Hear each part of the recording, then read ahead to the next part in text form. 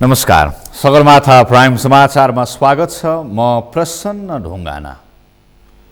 नमस्कार, म जयन्ती पुडासेनी। सबैभन्दा पहिले मुख्य समाचार। नेपाल र रावललाई कारबाही गर्ने एमाले अध्यक्ष ओलीको सङ्केत। फागुन 28 देखि केन्द्रीय कमिटी र संसदीय दलले गरेका निर्णय फिर्ता नहुने। पार्टीलाई फुटको संघारबाट जोगाउने नेकपा एमालेको नेपाल खनाल समूहको निष्कर्ष। पार्टी भित्रै बसेर सङ्घर्ष गर्ने निर्णय।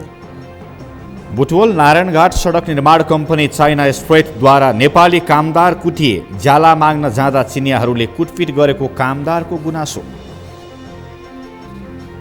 भारतमा कोरोना भाइरस संक्रमितको संख्या बढ्दो। पछिल्लो 24 घण्टामा मात्रै 59,000 बढी संक्रमित थपिए। र त्रिदेशीय फुटबल लिगमा भोलि नेपालले बङ्गलादेशसँग खेल्दै बङ्गलादेश विरुद्ध जित निकाल्दै फाइनलमा स्थान बनाउने नेपालको लक्ष्य।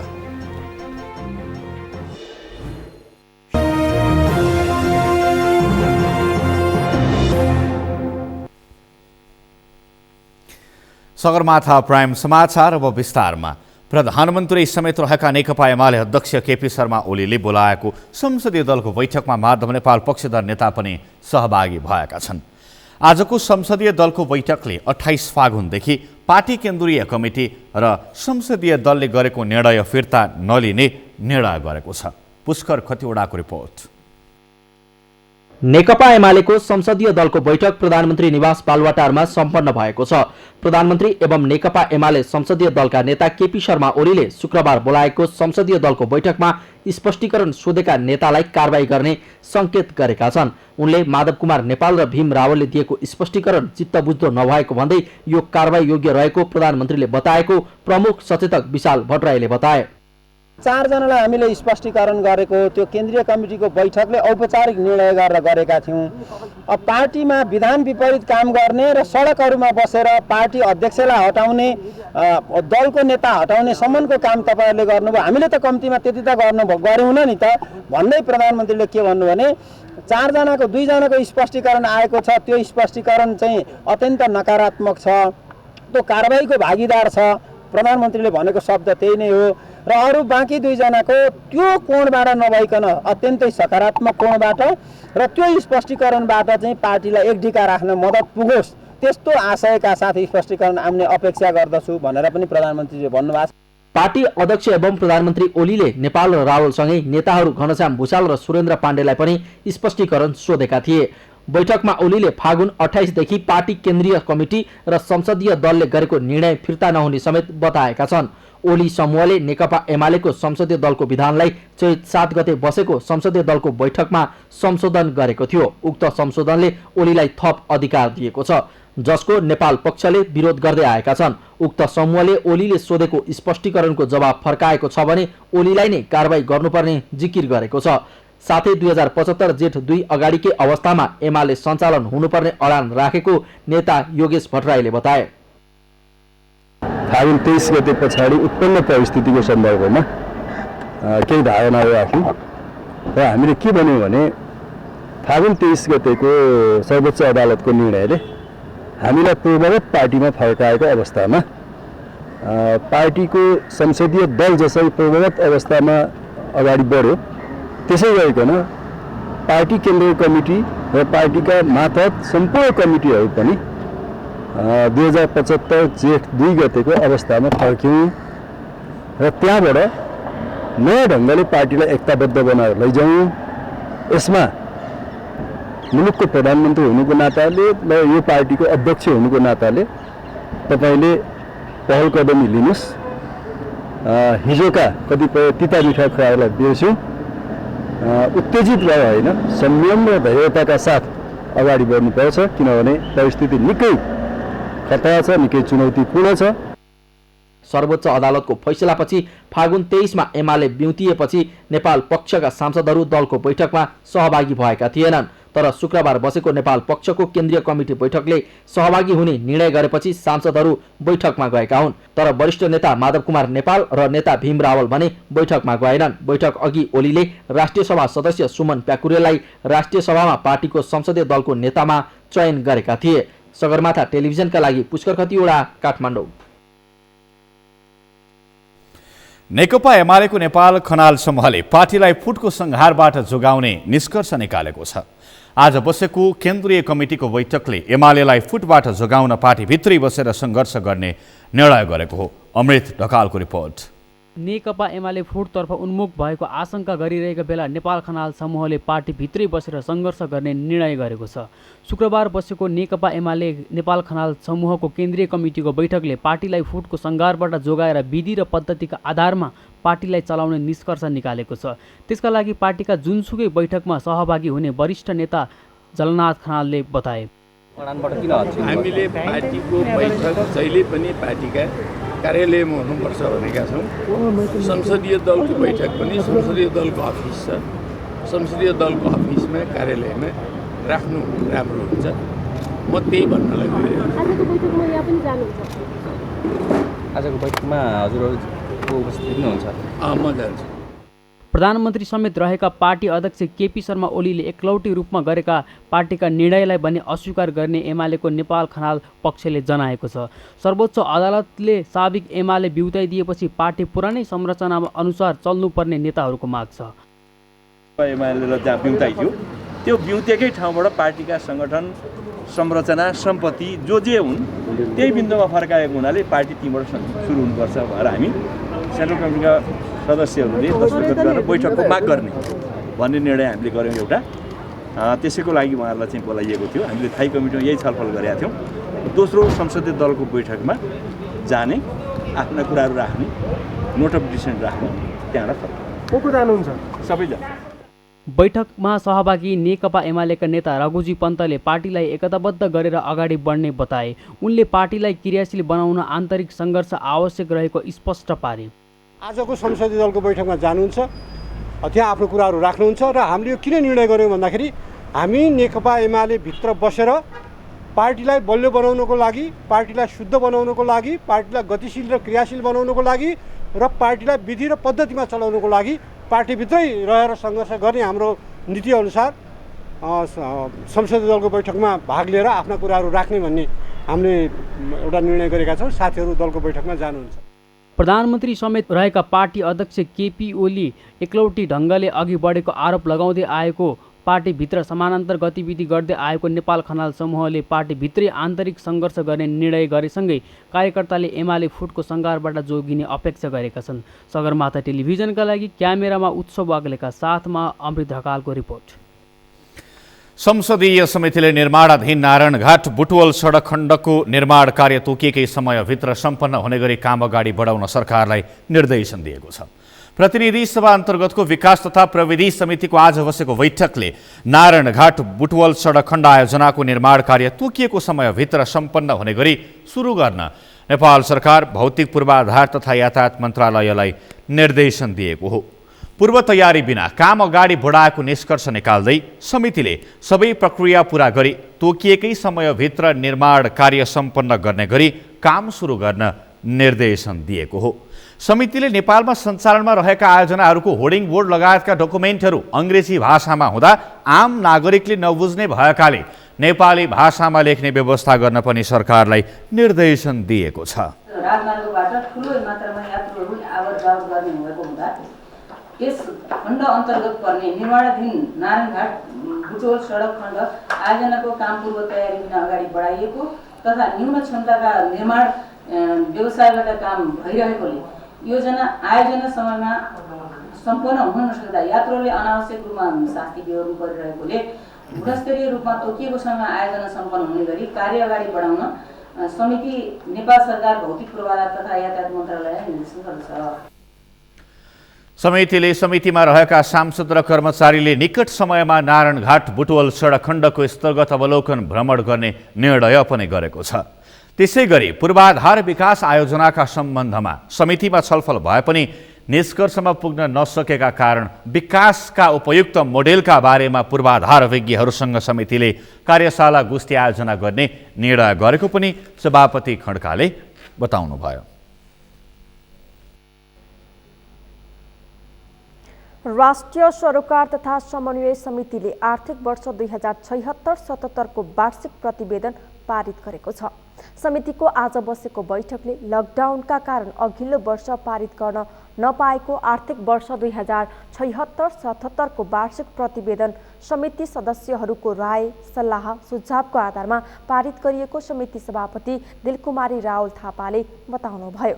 त्यसैगरी समितिले आर्थिक वर्ष 2077-78 को वार्षिक कार्यक्रमको सम्बन्धमा देशको राष्ट्रिय सम्पदा तथा संस्कृतिसँग सम्बन्धित विषयका विज्ञहरूसँग छलफल गर्ने र 2078 सालको जनगणनाको सम्बन्धमा राष्ट्रिय योजना आयोग र तथ्याङ्क विभागसँग छलफल गर्ने एजेन्डा पारित गरेको पनि सभापति थापाले जानकारी दिनुभयो। त्यो तयारी थियो सचिवालयले, त्यसमा मान्य सदस्यहरूको राय सुझाव परामर्श लिएर यसलाई पारित गर्ने काम भएको छ। अर्को चाहिँ हामीले यो वर्ष भित्र गर्नुपर्ने कामको वार्षिक कार्ययोजना थियो, त्यसमा हाम्रो समितिको पनि एउटा बजेटको सिलिङ पनि छ। हाम्रो समितिको कार्यक्षेत्रभित्र रहेर बजेटको सिलिङभित्र रहेर हामीले गर्नुपर्ने कामको विषयमा पनि छलफल गऱ्यौँ। अर्को चाहिँ हाम्रो समितिको महत्त्वपूर्ण सबै कार्यक्षेत्र महत्त्वपूर्ण छन्, त्यसमा राष्ट्रिय सम्पदा र संस्कृति पनि एउटा महत्त्वपूर्ण कार्यक्षेत्र हो। हाम्रो नेपालको राष्ट्रिय सम्पदाको सम्बन्धमा संस्कृतिको सम्बन्धमा चाहिँ कम्ती त्यो क्षेत्रमा लामो समय अध्ययन अनुसन्धान गर्नुभएका विज्ञहरूसँग केही छलफल गरेर समितिका मान्य सदस्यज्यूहरू पनि त्यो बारेमा जानकारी लिने र त्यहाँ उठेका विषयहरूलाई चाहिँ हामीले पब्लिकली पनि बाहिर ल्याउने हिसाबले यो सम्पदा र संस्कृतिको विषयमा पनि अलिकति व्यापक रूपमा छलफल गर्नुपर्छ होला भन्ने हिसाबको हाम्रो आजको एजेन्डा थियो। त्यो हामीलाई पारित गरिसकेका छौँ र त्यो तिथिमिति चाहिँ हामी सचिवालयले तयार गर्छौँ सम्बन्धित पक्षसँग बसेर। समितिले यसअघि सरकारलाई दिएको निर्देशन कार्यान्वयन भए नभएको सम्बन्धमा पनि बैठकले समीक्षा गरेको सभापति थापाले बताउनुभयो।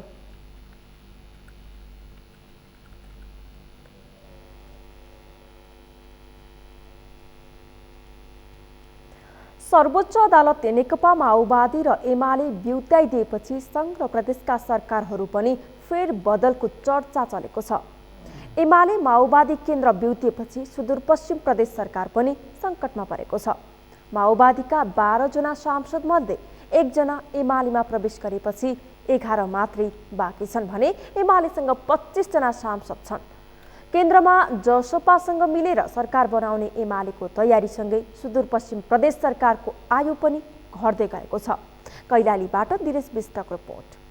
सुदूरपश्चिम प्रदेशमा जम्मा 53 जना प्रदेशसभा सदस्यमध्ये 25 जना एमाले, 14 जना काङ्ग्रेस, 12 जना माओवादी र 2 जना जनता समाजवादी पार्टीका प्रदेशसभा सदस्यहरू थिए। माओवादीबाट निर्वाचित भएका अछामका झपट बोहरा एमालेमा प्रवेश गरेपछि माओवादीसँग अब 11 जना मात्रै सांसद छन्।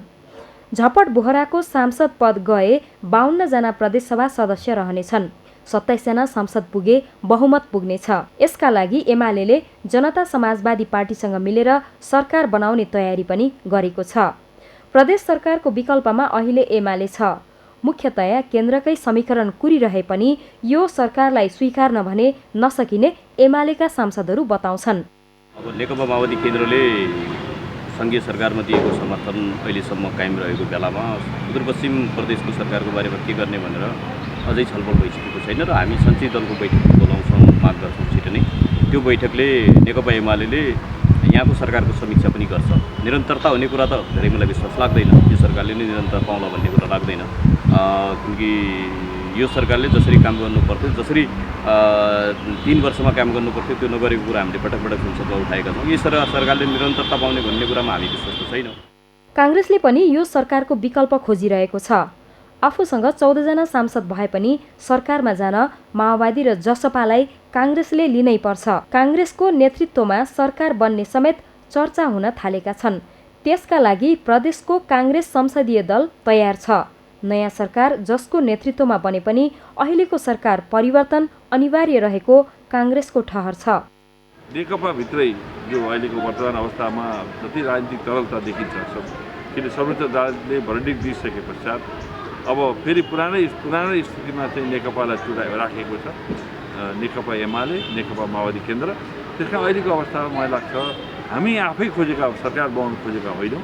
अहिलेको परिस्थितिले सकभर उहाँहरू मिलेर आउनुहुन्छ भने हामी साथ दिन तयार छौँ, होइन भने परिस्थिति आएर भूमिका खेल्नुपर्ने सन्दर्भमा हामी जुनसुकै भूमिका खेल्न पनि तयार छौँ।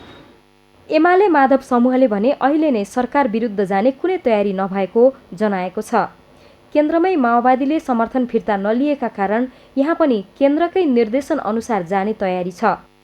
अहिले हाम्रो नेकपा एमालेको संसदीय दलको बैठक बसेको छैन र यो प्रदेशले आफूले गर्ने भन्दा पनि माथि केन्द्रले निर्धारण गरे बमोजिम हुन्छ र केन्द्रले हामीलाई के गर्दा ठिक हुन्छ भनेर सोधियो भने त्यो बेला हामीले दलका साथीहरूसँग सरसल्लाह गरेर आफ्नो राय दिने हो।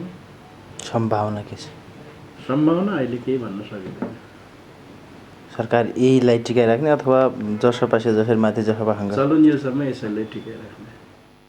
एमाले आफ्नो नेतृत्वमा सरकार बनाउन काङ्ग्रेस तथा जसपासँग छलफल समेत गरेको थियो। अन्तमा एमालेकै 2 टिम बनेपछि एक पक्ष अविश्वासको प्रस्ताव लाने पक्षमा छ भने अर्को पक्षले केन्द्रको निर्णय पर्खने जनाइरहेको छ। सगरमाथा टेलिभिजनका लागि कैलालीबाट दिनेश विष्टको रिपोर्ट।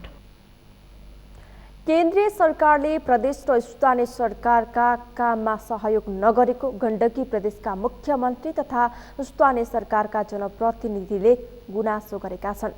प्रदेश र स्थानीय सरकारको कार्यकाल सकिन लाग्दा समेत केन्द्र सरकारले कर्मचारी व्यवस्थापन नगरेको जनप्रतिनिधिको गुनासो छ। कास्कीबाट हरिपन्तको रिपोर्ट। प्रधानमन्त्री केपी शर्मा ओलीले तिनै सरकारले द्रुत गतिमा काम गर्दा देश समृद्धिको बाटोमा अघि बढिरहेको दावी गरे पनि प्रदेश सरकार र स्थानीय सरकारका जनप्रतिनिधिले भने केन्द्र सरकारले असहयोग गरेको आरोप लगाएका छन्। पोखरामा आयोजित प्रादेशिक कार्यशाला गोष्ठीमा गण्डकी प्रदेशका मुख्यमन्त्री र नगर प्रमुखले केन्द्रीय सरकारको केन्द्रीकृत सोचले काम गर्न असहज भएको गुनासो गरे। गण्डकी प्रदेशका मुख्यमन्त्री पृथ्वी सुब्बा गुरुङले प्रदेश र स्थानीय सरकारका लागि केन्द्रले कर्मचारी नै व्यवस्थापन नगरेको गुनासो गरे।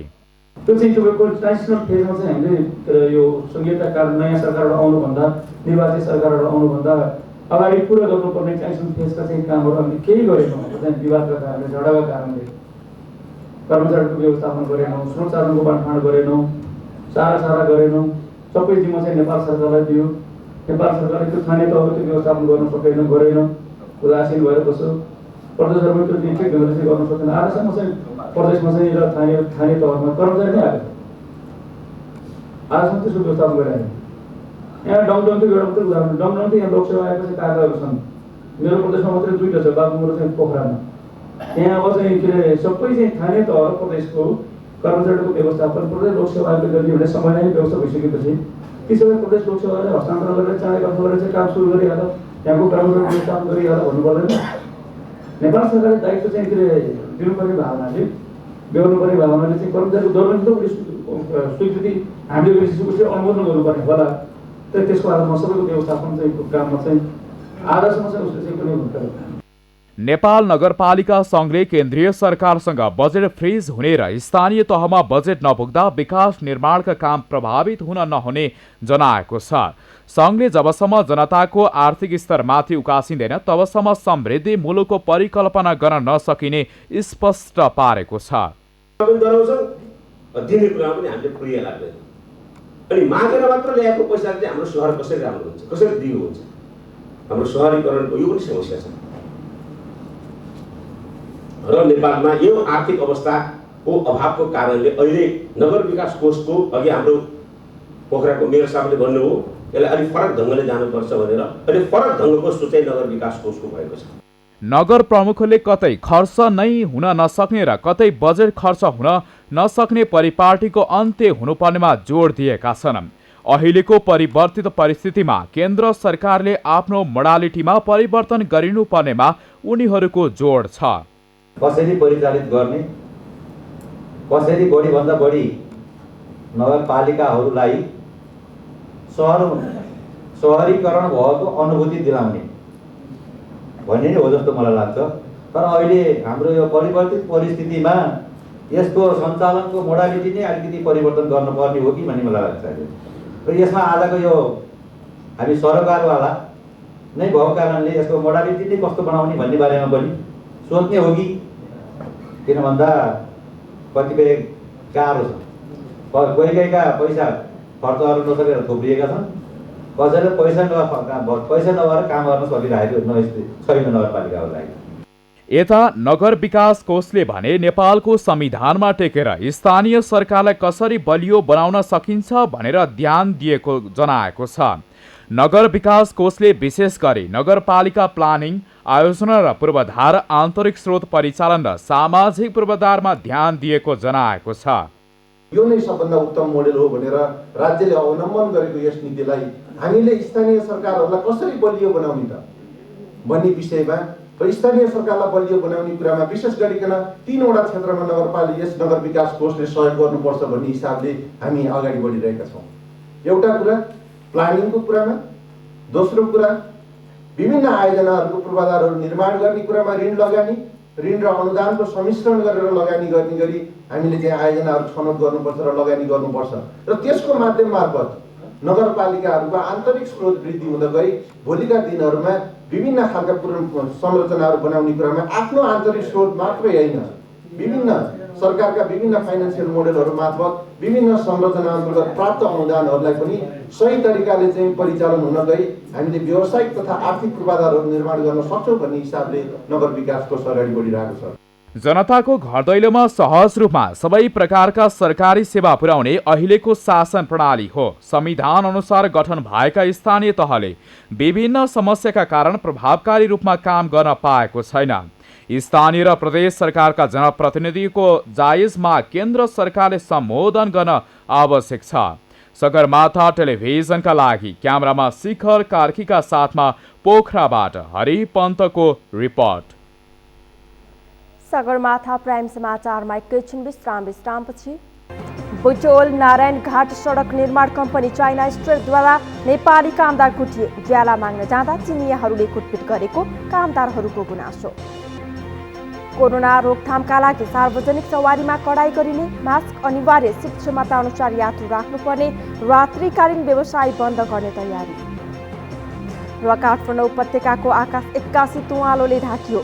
वायु प्रदूषणको मात्रा घातक स्तरभन्दा अत्यधिक बढी।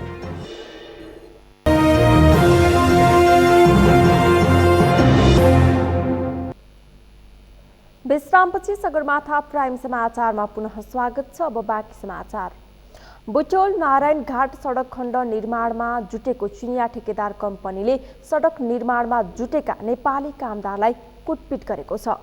2 वर्षअघि प्रधानमन्त्री केपी शर्मा ओलीले शिलान्यास गरेको यो सडक विभिन्न कारणले निर्माणमा ढिलाइ हुनुका साथै कामदारले ज्याला नपाएपछि ज्याला दिन माग गर्दा ठेकेदार कम्पनी चाइना स्ट्रेटले कार्यालयमै बोलाएर कुटपिट गरेको छ। नवलपुरबाट रामकुमार श्रेष्ठको रिपोर्ट। बुटवल नारायणगढ सडक खण्ड अन्तर्गत गैडाकोट दाउन्ने सडक खण्डमा काम गरिरहेका मजदुरहरूलाई ठेकेदार चिनिया कम्पनी चाइना स्ट्रेटले कुटपिट गरेपछि तनाव उत्पन्न भएको छ। लामो समयसम्म काम गरेको ज्याला नपाएपछि गुनासो गरेका मजदुरलाई समस्या समाधानका लागि वार्तामा बोलाएर कुटपिट गरेको मजदुरको गुनासो छ। ठुलो संख्यामा उपस्थित चिनियाले फलामे डन्डीले कुटपिट गरेको मजदुरले बताए। सामान्य कुटपिट पनि होइन, यहाँ त भाला रड सबै रडहरू प्रयोग गरिएको छ र सुनियोजित ढङ्गमा 6-7 जना सबैलाई काममा पठाई 6-7 जनालाई वार्ताको माध्यमबाट हामी यो कम्पनीको अहिलेसम्मको गतिविधिहरू सबै सल्भ गर्छौँ भनेर कम्पनी म्यानेजर लगायत सबले फोन गरेर वार्ता गर्न भनेर बोलाएर कोठामा राखी 81 2 मिनट पनि नबित्दै 81 हामीले त भनेका थियौँ पुलिसको रोबरमा हुनुपर्छ, यो हुनुभन्दा पुलिसले सल्भ गर्दैन यो केस, हामीले सल्भ गर्ने हो, म कम्पनी म्यानेजर हो भन्ने कुरा गर्यो। ल हुन्छ त नि भनेर हामी वार्तामा बस्न तयार भयौँ। तयार भएर कोठामा बस्दाखेरि पहिला सिङ्गल बाई सिङ्गल म वार्ता गर्छु भनेर हाम्रो अध्यक्षलाई र रमेश श्रेष्ठ भाइ ल्याबको भाइ छ उसलाई राखेर एकजना ड्राइभरलाई भित्र राखेर वार्ता भयो। हामी बाहिर थियौँ 7-8 जना। आएपछि 2 मिनट पनि नभइकन उनीहरूले सब हतियार निकालेर ब्राम्की बुढमा एकजना साथीलाई माथि 2 जनालाई हात समातेर र एकजना साथीलाई हिर्काउन सुरु भयो। मजदुरहरूले पटक पटक काम रोकेर आन्दोलन गरेपछि जिल्ला प्रशासन, जिल्ला प्रहरीको रोहबर पटक पटक सहमति पनि भएको थियो। यस पटक पनि मजदुरहरू जिल्ला प्रशासनको रोहबरमा वार्ता गर्न चाहन्थे। ठेकेदार कम्पनीले तलब नदिएको समस्या सहमतिमा टुङ्गिएपछि पनि मजदुरले पूरा तलब बुझ्न कहिल्यै पाएका छैनन्। हरेक महिना मजदुरले तलब 2000 देखि 10,000 सम्म काटेर दिने गरेको मजदुरहरूको आरोप छ। काम गर्न लागेको अहिले 15-16 महिना भइसक्यो होइन। सेलेरी आउँदाखेरि प्रत्येक महिना पैसा कटिङ भएर आउने, ओभरटाइम पनि अब ओभरटाइम गरेको पनि ओभरटाइम नआउने होइन। अनि अब प्रत्येक महिना अब पैसा कटिङ भएरै आउने, अब काम गरे अनुसारको श्रम गरे अनुसारको पैसा हाम्रो कहिले पनि आएन होइन। अब बारम्बार अब प्रत्येक महिना यस्तो भइरहन्थ्यो। अब यो चाहिँ जरा जति भन्दा पनि हाम्रो प्रशासन अब सिडिओ साहबसँग बसेर कागजहरू पनि गरियो, जति गर्दा पनि केही लागेन यिनीहरूसँग। निर्माण थालिएको 2 वर्ष भए पनि सडक विस्तारको कामले गति लिएको छैन। निर्माण कम्पनीले भने सडक निर्माणमा भएको ढिलाइ मजदुरलाई नै लगाएको मजदुर गुनासो गर्छन्। यो त काम त पहिलेदेखि नै यस्तै यिनीहरूले तलब सेलेरी चाहिँ टाइममा नहाल्दिने, भने जति चाहिँ तलब पनि नदिने। अब हाम्रो जति काम गरिएछ, जति ओटी गरिएछ त्यो पैसा बराबर नआउने। अब हाम्रो किन यस्तो आयो, किन यस्तरी भयो भन्दाखेरि उल्टी हामीसँग कुटपिटको घटनापछि अहिले दुवै पक्षले एकले अर्कोलाई दोषी देखाएर जिल्ला प्रहरी कार्यालय नवलपुरमा उजुरी दिएका छन्। दुवै पक्षबाट उजुरी परेकाले घटनाबारे अनुसन्धान गरिरहेको जिल्ला प्रहरी प्रमुख प्रहरी उपरीक्षक प्रकाश मल्लले बताए। बुटवल नारायणघाट सडक अन्तर्गत पहिलो खण्ड गैँडाकोट दाउन्ने 65 किलोमिटर र दोस्रो खण्ड दाउन्ने बुटवल 48 किलोमिटर गरी 113 किलोमिटर ठेक्का चिनिया कम्पनीले पाएको थियो। अबको 2 वर्षमा काम सक्नुपर्ने सम्झौतामा उल्लेख छ, तर निर्माण सुरु भएको 2 वर्ष बितिसक्दा पनि काम निर्माण कार्य जम्मा 4% मात्र सकिएको छ, जसले गर्दा निर्माण कार्य तोकिएको मितिमा सकिनेमा शङ्का छ। सगरमाथा टेलिभिजनका लागि नवलपुरबाट रामकुमार श्रेष्ठको रिपोर्ट। कोभिड संक्रमण जोखिमको रोकथाम तथा नियन्त्रणका लागि सार्वजनिक यातायात क्षेत्रमा कडाई गरिने भएको छ। आज जिल्ला प्रशासन कार्यालय काठमाडौँमा प्रमुख जिल्ला अधिकारी, यातायात व्यवस्था विभाग, ट्राफिक प्रहरी, यातायात व्यवसायी र यातायात मजदुरहरू बीच भएको छलफलमा कोभिड संक्रमण रोकथाम तथा नियन्त्रणका लागि सार्वजनिक यातायातको क्षेत्रलाई कडाई गर्ने निर्णय भएको हो। प्रमुख जिल्ला अधिकारी कालीप्रसाद पराजुलीले सार्वजनिक यातायातको क्षेत्रमा स्वास्थ्य मापदण्डलाई कडाईका साथ पालना गराउने निर्णय भएको बताउनुभयो।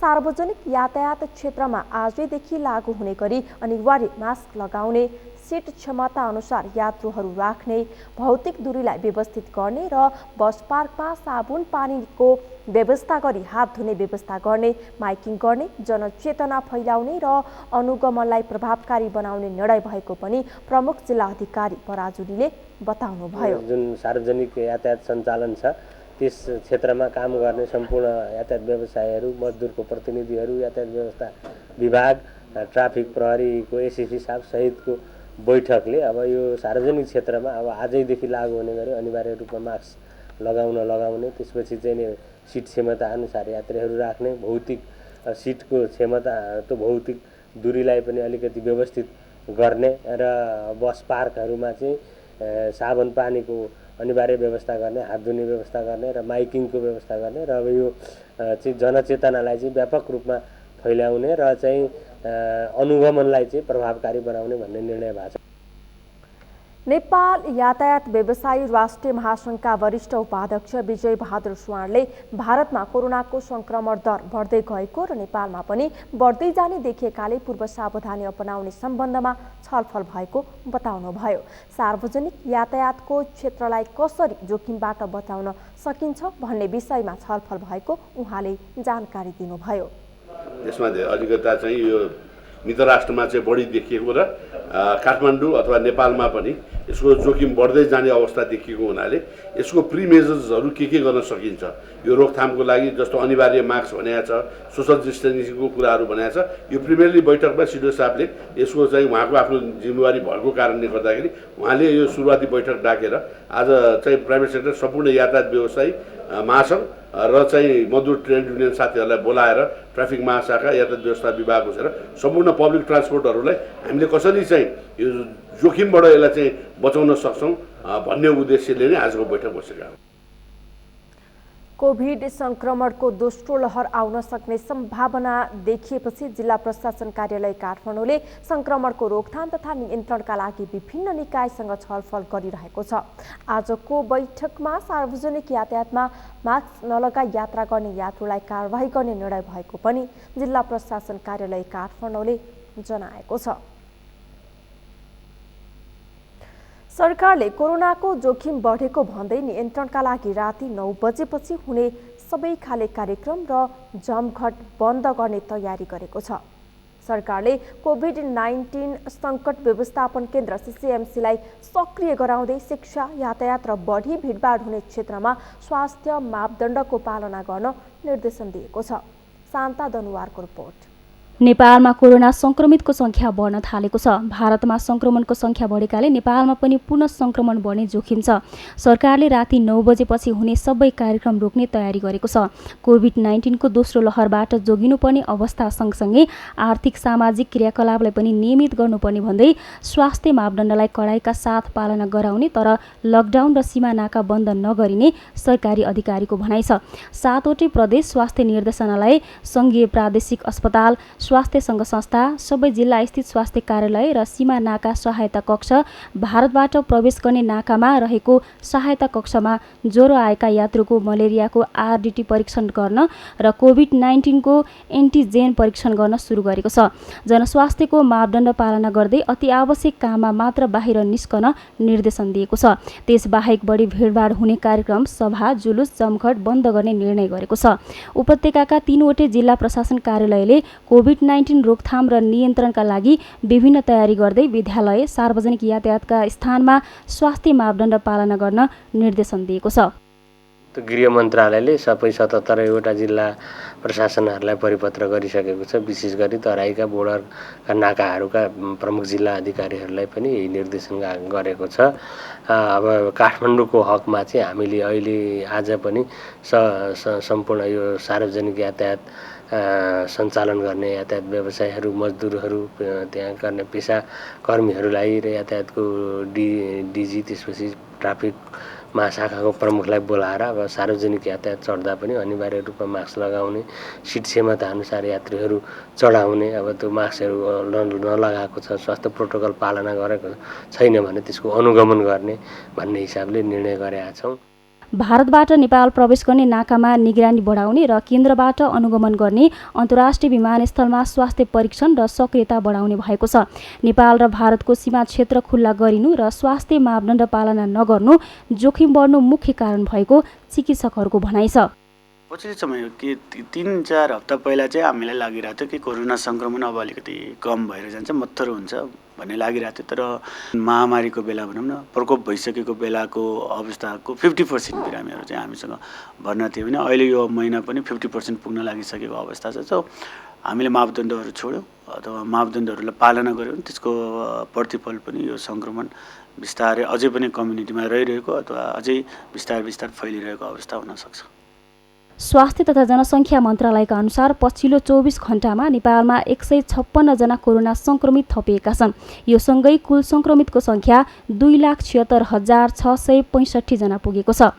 सगरमाथा टेलिभिजनका लागि क्यामेरामा सुरेन्द्र राउतका साथ शान्ता दनुवार, काठमाडौँ। आज दिउँसोसम्म सामान्य रहेको काठमाडौँ उपत्यकाको आकाश 81 तुवालोले ढाकिएको छ। काठमाडौँ उपत्यकामा घाम लागेको छैन भने हावा पनि चलेको छैन। यो दिउँसोको अवस्था हो। वायुमण्डल पनि धुमेल भएको थियो, त्यस्तै भिजिबिलिटीमा पनि कमी आएको थियो। घर बाहिर निस्कँदा आँखा पिरो हुने समस्या पनि देखिएको छ। वातावरणमा 81 परिवर्तन आएपछि जनजीवन पनि प्रभावित भएको छ। वायुमण्डलमा वायुको गुणस्तर सूचकाङ्क अत्याधिक खराब रहेका कारण तुवालो देखिएको हो। वातावरण विभाग अन्तर्गतको वायु गुणस्तर मापन केन्द्रका अनुसार ललितपुरको भैँसेपाटीमा वायुको गुणस्तर सूचकाङ्क अर्थात् एयर क्वालिटी इन्डेक्स 470, भक्तपुरमा 305, कीर्तिपुरमा 221 र उपत्यका बाहिर सिमरामा 248 पुगेको छ। एयर क्वालिटी इन्डेक्स अर्थात् AQI 50 सम्म भएको वायुलाई स्वस्थकर मानिन्छ। विश्व स्वास्थ्य सङ्गठनका अनुसार AQI 35 भन्दा कम हुनुपर्छ। 51 देखि 100 सम्मको AQI-लाई सामान्य मानिन्छ। AQI 201 भन्दा बढी भए धेरै अस्वस्थकर मानिन्छ। विश्व स्वास्थ्य सङ्गठन WHO का अनुसार AQI 301 भन्दा बढी भए घातक मानिन्छ। सरकारले वन पैदावारको प्रयोग गर्न उचित नीति नै बनाउँदा वन पैदावारको प्रयोगमा कठिनाई भएको छ। मकवानपुरका सामुदायिक वन समूहले पनि वन पैदावारको सदुपयोग गर्न नपाएको गुनासो गरेका छन्। मकवानपुरबाट रूपेश दुलालको रिपोर्ट। वैज्ञानिक वन व्यवस्थापन कार्यक्रममा अनियमितता भएको आशंकामा नेपाल सरकार मन्त्री परिषदको 2077 जेठ 15 गतेको बैठकले काठ कटान, ओसार पसार र बिक्री वितरणमा प्रतिबन्ध लगाएको थियो।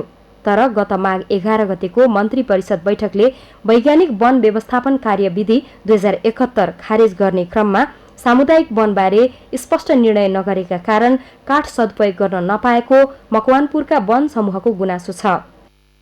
कटान छटान त्यसका बिक्री वितरण अनि त्यो सङ्कलन समेतमा रोक लागेको अवस्था अहिलेसम्म यो सरकारले चिर्ने गरी एउटा निर्णय गर्न सकेको छैन। सम्बन्धित डिभिजन वन कार्यालयहरू सब डिभिजनहरूलाई त्यस्तो निर्देशन गर्न सकिएको छैन। अनि भन्छौँ अहिले भूकम्पले छेदविच्छेद भएको उसमा पुनर्निर्माण गर्नुपर्छ। पुनर्निर्माण गर्नका निमित्त काठ चाहिन्छ। काठ चाहिने कुरामा चाहिँ जङ्गलमा कुहिएर गइराखेको छ। सबै सडै गरेर जाने अवस्था पनि छन्। कतिपय ठाउँमा अर्धमृत छन्।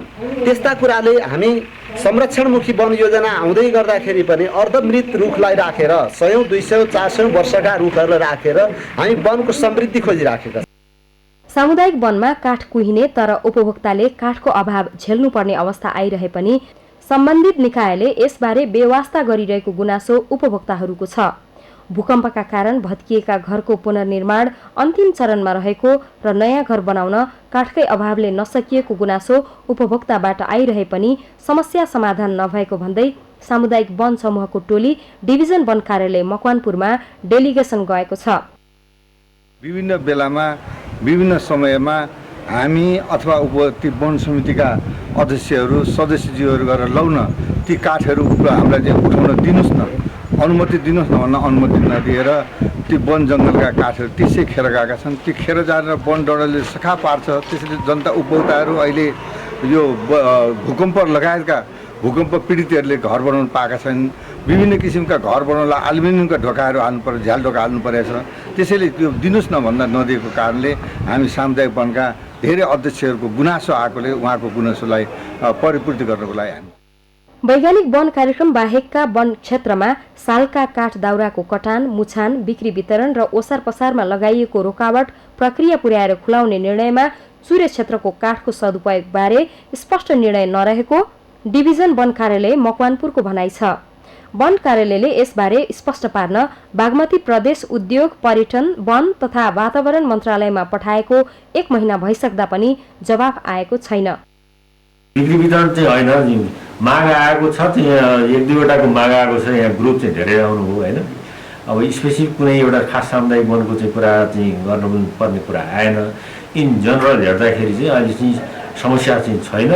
मैले चाहिँ अलिकति खुलाइ पठाइदिन चाहिँ भनेर चाहिँ चुरेको चाहिँ परिपत्रले चाहिँ अस्पष्टता भएको हुनाले अब सामुदायिक वनको उत्पादन हो भनेदेखि चाहिँ आन्तरिक खपतकै लागि मात्रै किन सीमित हुने त? चाहिँ यदि चाहिँ सुकेको रुखहरू भयो अरे, सुकेको रुख छ चाहिँ अब त्यो त्यत्तिकै छोडिदिने त आन्तरिक खपत मात्रै गर्नु दिने कि त्यसलाई चाहिँ खपत भएन भने बाहिर पनि बिक्री गर्नु दिने? त्यो त चाहिँ उपभोक्ताको सम्पत्ति हो नि। त्यस सम्बन्धी स्पष्टता हुनु पर्यो भनेर चाहिँ त्यो चाहिँ मन्त्रालयमा चाहिँ सोधेर पठाएको अवस्था हो। लामो समय काठ कटान हुन नसक्दा काठको माग मकवानपुरका सामुदायिक समूहमा बढ्दो छ। त्यसैले वन संरक्षणमा अगुवाई गरिरहेका उपभोक्ताहरूको माग सम्बोधन गर्दै वनमा खेर गइरहेका काठको सदुपयोग गर्न नीतिगत स्पष्टताका लागि सम्बन्धित निकायले ध्यान दिनु जरुरी छ। सगरमाथा टेलिभिजनका लागि मकवानपुरबाट रूपेश दुलालको रिपोर्ट। नेपाल नेत्र ज्योति सङ्घले आगामी 5 वर्षभित्र नेपाल सरकारसँगको साझेदारीमा 677वटा आँखा उपचार केन्द्र स्थापना गर्ने भएको छ। नेत्र ज्योति दिवसको अवसरमा आज सङ्घले गरेको पत्रकार सम्मेलनमा सङ्घका महासचिव भरत बहादुर चन्दले सबै स्थानीय तहमा रहेका आँखा उपचार केन्द्रहरूलाई आधारभूत स्वास्थ्य सेवामा एकीकृत गर्ने र आगामी 5 वर्षभित्र 677वटा आँखा उपचार केन्द्र स्थापना गर्ने बताउनु भएको हो। त्यस्तै हाल सञ्चालनमा रहेका 22वटा आँखा उपचार केन्द्रहरूलाई सेकेन्डरी लेभलको आँखा अस्पतालमा स्तरोन्नति गर्ने पनि उहाँले बताउनुभयो। अधिकतम परिचालन गरी हालसम्म प्राप्त उपलब्धिहरूलाई संरक्षण गर्दै राष्ट्रिय स्वास्थ्य नीति 2076 को लक्ष्यलाई समेत आत्मसात गर्दै नेपाल नेत्र सङ्घले सबै स्थानीय तहसँग साझा र समन्वयमा 677वटा आँखा उपचार केन्द्र स्थापना, 22वटा आँखा उपचार केन्द्रलाई हामीले अपग्रेड गरेर सेकेन्डरी अस्पताल स्तरोन्नति गर्ने लक्ष्य रहेको छ। जस्तो हामीले 126 22वटा आँखा अस्पताल छ, तर 753 677 किन्नुभयो भन्ने जिज्ञासा हुनसक्छ। त्यो के ठाउँ गाउँपालिका वार्डमा पनि हाम्रो आइकेयर सेन्टर भएको कारणले यो 677 देखिएको हो। मोतीबिन्दुको अलावा दृष्टिदोष, बाल दृष्टिविहीनता, जलबिन्दु, कोर्नियल अल्सर, डायबेटिक रेटिनोपैथी, न्यून दृष्टि, पुनर्स्थापकीय सेवा सम्बन्धी राष्ट्रिय कार्यक्रमहरू सञ्चालन गरिने महासचिव चन्दले बताउनुभयो। त्यस्तै ई हेल्थलाई संस्थागत गर्दै 5 वर्षभित्र आँखा सेवामा मोबाइल हेल्थका आधुनिक प्रविधिको विकास विस्तारै नियमन गरिने पनि उहाँले बताउनुभयो। सेवा दिनका लागि मोतीबिन्दुको अलावा दृष्टिदोष, डिफ्रेक्टी र बाल दृष्टिविहीनता, जलबिन्दु, कर्नियल अल्सर, डायबेटिक रेटिनोपैथी, न्यून दृष्टि, पुनर्स्थापकीय सेवा सम्बन्धी राष्ट्रिय कार्यक्रम सञ्चालन गरिनेछ। हरेक प्रदेशमा एउटा अस्पताललाई सेन्टर अफ एक्सिलेन्सको रूपमा विकास गरिनेछ। सङ्घीय संरचना अनुरूप अल्पकालीन तथा दीर्घकालीन योजना बनाई आवश्यक स्वास्थ्य जनशक्तिको उत्पादन, विकास तथा उपयोग गरिनेछ। यस वर्ष विभिन्न आँखा अस्पताल तथा शाखाहरूले विभिन्न कार्यक्रम गर्ने निर्देशन दिवस मनाउँदै आएको जानकारी गराउन चाहन्छु। ई हेल्थलाई संस्थागत गर्दै 5 वर्षभित्र आँखा सेवामा मोबाइल हेल्थ, आर्टिफिसियल इन्टेलिजेन्स, टेलिअप्थोलोजी लगायत अन्य आधुनिक प्रविधिको विकास विस्तार तथा नियमन गरिनेछ। नेत्रज्योति सङ्घले यस वर्ष अन्धोपन निवारण हाम्रो जिम्मेवारी, आँखा सेवामा गरौँ साझेदारी भन्ने नाराका साथमा नेत्रज्योति दिवस मनाएको छ। सङ्घको अन्धोपन निवारणमा योगदान दिने गण्डकी प्रदेश सरकार, तुलसीपुर उपमहानगरपालिका, दाङ समाजसेवी फ्रेजङ शाह, अर्भिस इन्टरनेसनल, विराटनगर आँखा अस्पताल, भरतपुर आँखा अस्पताललाई सम्मान गर्ने निर्णय पनि गरेको छ। कोभिड-19 सङ्क्रमणका कारण अहिले नै सम्मान गर्न नसकेको भन्दै अनुकूल समयमा सम्मान गरिने सङ्घले जनाएको छ। नेपाल नेत्रज्योति सङ्घको स्थापना विक्रम सम्वत 2035 साल चैत 13 गते भएको थियो। सङ्घले हालसम्म 21वटा आँखा अस्पताल, 126वटा आँखा उपचार केन्द्र र 42वटा जिल्ला शाखाको माध्यमबाट देशका विभिन्न ठाउँमा आँखा उपचार सेवा पुर्याउँदै आएको छ।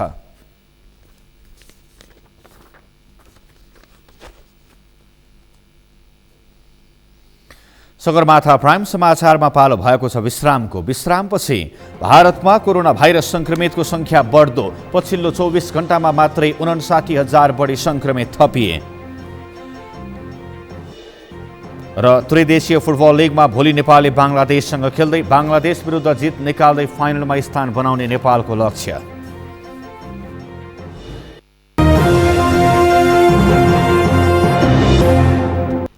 अब पालो अर्थ समाचारको। अर्थ समाचारका प्रायोजक हो आफ्नो विश्वास हो त्रिशक्ति सिमेन्ट। नेपाल दूरसञ्चार कम्पनी नेपाल टेलिकमले आर्थिक वर्ष 2076-77 को नाफाबाट शेयर धनीलाई प्रति शेयर 40 रुपैयाँका दरले नगद लाभांश वितरण गर्ने निर्णय गरेको छ। टेलिकमको आज बसेको 13औं वार्षिक साधारण सभाले सञ्चालक समितिले प्रस्ताव गरेको 40% नगद लाभांश पारित गरेको हो। त्यस्तै साधारण सभाले वार्षिक प्रतिवेदन पास गर्ने, अनुसूचीहरू पारित गर्ने र आर्थिक वर्ष 2077-78 का लागि महालेखा परीक्षकको कार्यालयको परामर्श तथा कम्पनीको लेखा परीक्षण समितिको सिफारिसमा लेखा परीक्षक नियुक्त गरेको टेलिकमका प्रवक्ता राजेश जोशीले बताउनुभयो। साधारण सभाले सर्वसाधारण शेयर धनीको प्रतिनिधिमा अम्बिका प्रसाद पौडेललाई निर्विरोध निर्वाचित गरेको पनि प्रवक्ता जोशीले बताउनुभयो। वार्षिक साधारण सभामा मुख्यतः 4वटा निर्णय भए। वार्षिक प्रतिवेदन पास गर्ने, गएको आर्थिक वर्षको वार्षिक प्रतिवेदन पास गर्ने, अनुसूचीहरू पास गर्ने कार्यक्रम पनि सम्पन्न भयो र आर्थिक वर्ष 77-78 को लागि महालेखा परीक्षकको कार्यालयको परामर्श तथा कम्पनीको लेखा परीक्षण समितिको सिफारिसमा लेखा परीक्षकज्यूहरू नियुक्त गर्ने काम पनि सम्पन्न भयो। यस्तै गरेर सर्वसाधारण शेयर धनीको प्रतिनिधिमा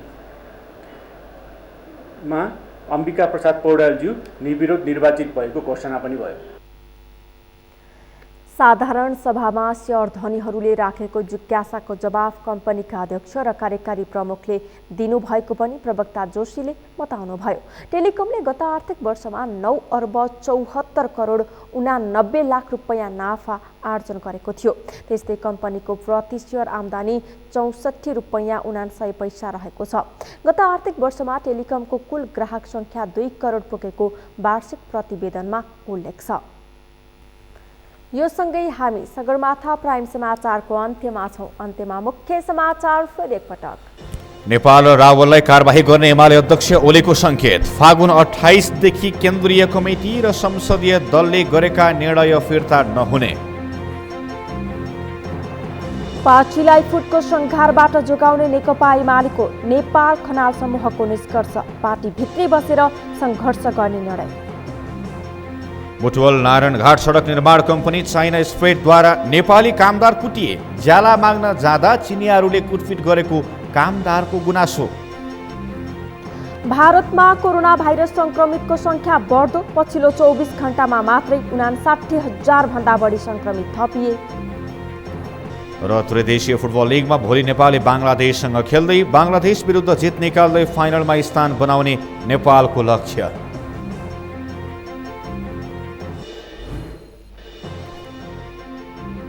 हौस् त सगरमाथा प्राइम समाचार अहिलेलाई सकियो। तपाईँ समाचार बुलेटिनका साथै सगरमाथा टेलिभिजनका सम्पूर्ण कार्यक्रम www.sagarmatha.tv मा पनि पढ्न र हेर्न सक्नुहुनेछ। साथै युट्युबमा youtube.com/sagarmatha TV नेपालमा हेर्न सक्नुहुनेछ। तपाईँ हामीलाई फेसबुकमा पनि facebook.com/stv नेपालमा फलो गर्न सक्नुहुनेछ। समाचारको शिखर नेपालको गौरव नेपालको पहिलो न्युज च्यानल सगरमाथा टेलिभिजन हेर्दै गर्नुहोला। नमस्कार। नमस्कार।